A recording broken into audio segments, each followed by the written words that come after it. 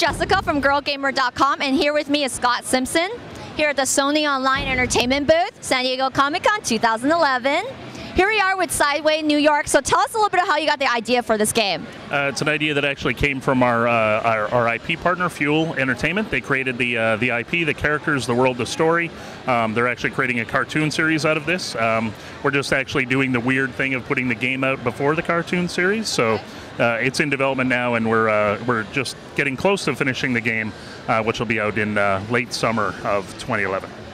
So as we were saying, why New York? We do see different boroughs of the city. There's LA, right, which also has graffiti in it. But what other cities? I mean, why New York? Is it? Well, New York is very rich with their urban art scene, and so it's actually something that's very representative of the city. Not that it isn't in LA necessarily, but who knows? There could be sequels to go to many different cities. You can go to Los Angeles, Miami, Des Moines, Iowa, wherever you want to go.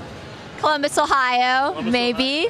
Hot tagging in Columbus, Ohio. Hot tagging there. It's good. There's a huge arts district there, which I think would also fit the game really well. So walk us through a little bit of what's going on here in the demo. Well, as you can see, the general conceit of the game is you play Knox, our hero, who's a normal guy. He's an urban artist in New York, but he's painted over the wrong man's tag. So he's been sucked into the Sideway, into this world where he's now himself a piece of art operating inside the world. So he's always on a 2D plane, but the 3D world moves around him. So he can interact with some of the world. Is there any little Easter eggs that we should be looking for? People love the little Easter eggs in movies and video games and even trivia from like Harry Potter books when we found out like Dumbledore was gay. What are some Easter eggs we should look for? Well, it's because it's a platformer. Basically, there's so many things you can actually discover and find, again, based on how you actually enter the world. There's lots of different things hidden.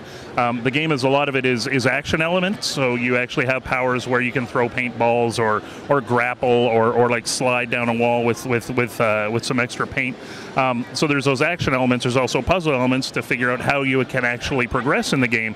But the biggest thing, because it's a platformer, you want those hidden elements, you want those Easter eggs, you want the replayability to go back, play a level again. Maybe you won't be able to actually find something until you progress later in the game, unlock one of your powers where you can maybe do what we call a mist jump and be able to jump from one place to another through a barrier that might allow you access to an area you wouldn't have when you play through it the first time, or maybe even the second time.